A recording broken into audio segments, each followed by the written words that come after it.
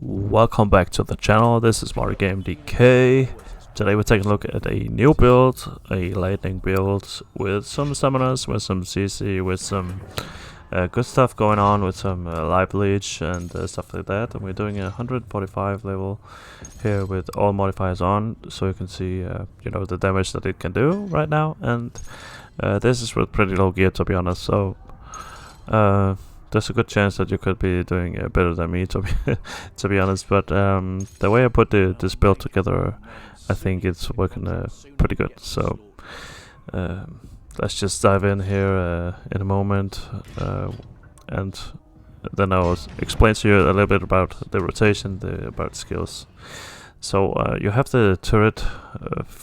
First and forward, you have the turret, which you can place down, and you can still be running around doing damage. And you have your summoners that are doing a whole lot of damage also. And then you have the Wrath of Baphomet, that is the whip that I'm using in between. You can see here that I'm using the whip, and it's because I want to keep up the life leech buff that I have on.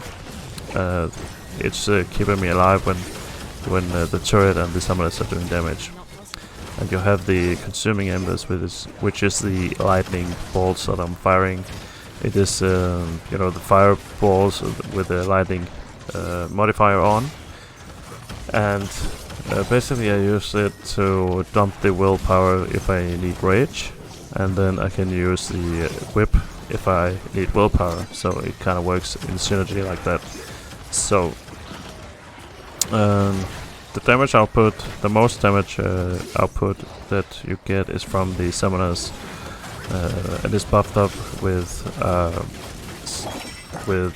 elemental damage, with spell damage, and with general +2 damages, and also with the lightning modifier on, and then with elemental damage plus, and yeah, it's working out pretty well, to be honest.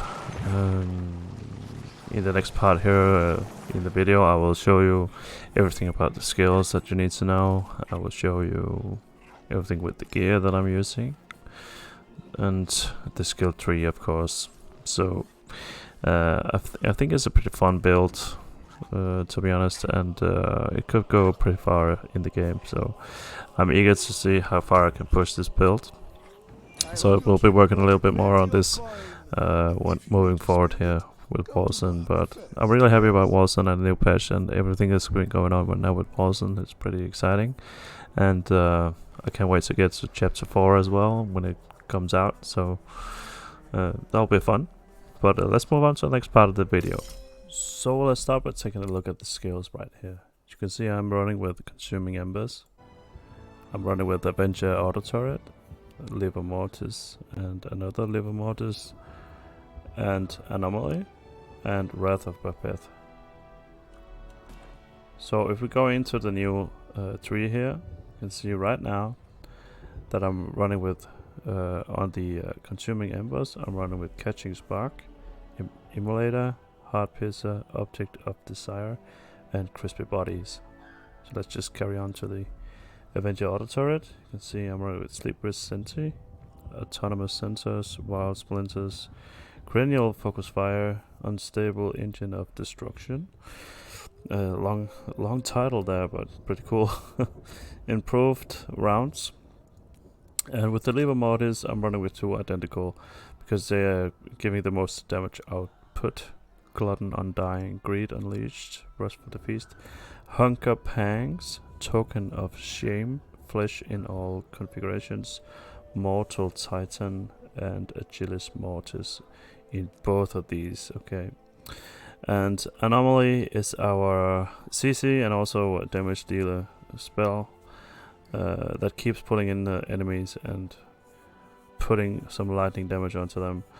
Dislocating Threads, Elongation, Temporal Dilation, Echoes of Infinity, Aether's Fracture, Destabilization, Pulsing Weave as well. I've chosen those.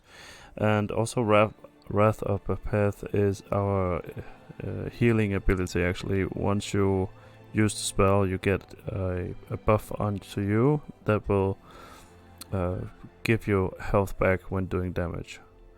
Knotted ends, out for blood, brothers, whirlwind of war, hatred, and taste for vengeance is the things that I'm using right now. So as you can see here, when I use it, I get this buff, increased life leech, which will give us a lot of health back when dealing damage with all these lightning abilities. So these were the skills, so let's carry on to items as well. And right now I'm using the Sapphire and Herald of Change. I love this item, and it's also been improved with the lightning damage multiplier plus 15%, which, you know, it gives us a lot of damage to all our lightning stuff, so it's a pretty good weapon. And the dungeon that I just showed you guys before we going into the build here was level 145 with all the modifiers on, so it's a pretty strong weapon for this build. So I'm just running basically everything with elemental damage, anything you can get plus to lightning, and anything you can get plus to general damage. So I can just run over some of the items here. You can see I'm also running with lightning damage gems everywhere in all the accessories, and elemental damage plus to 90% damage. So this is basically giving a lot of damage, right? This also has an elemental damage multiplier.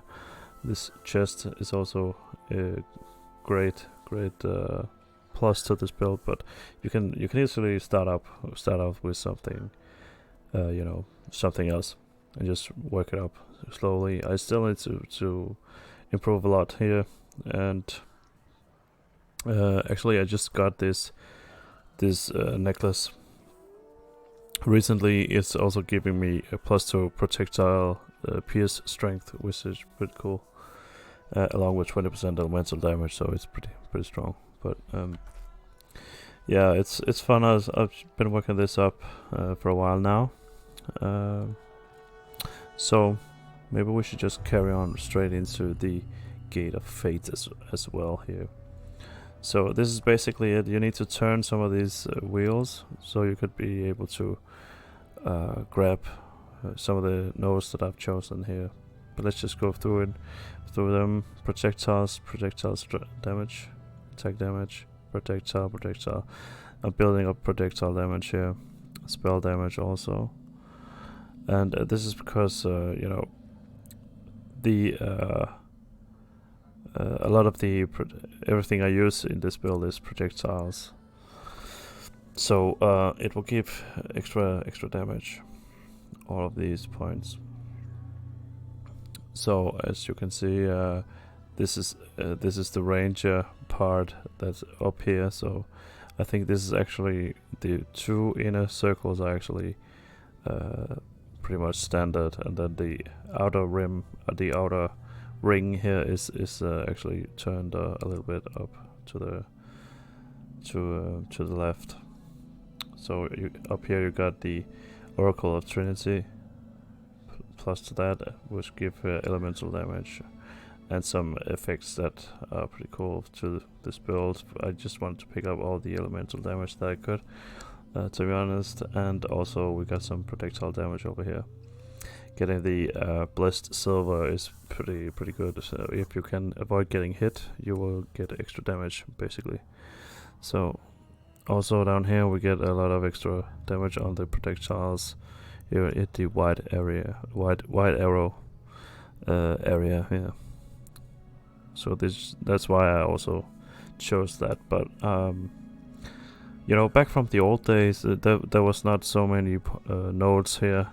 They put in some extra nodes so that you could just not just go around and pick all the good ones, you know.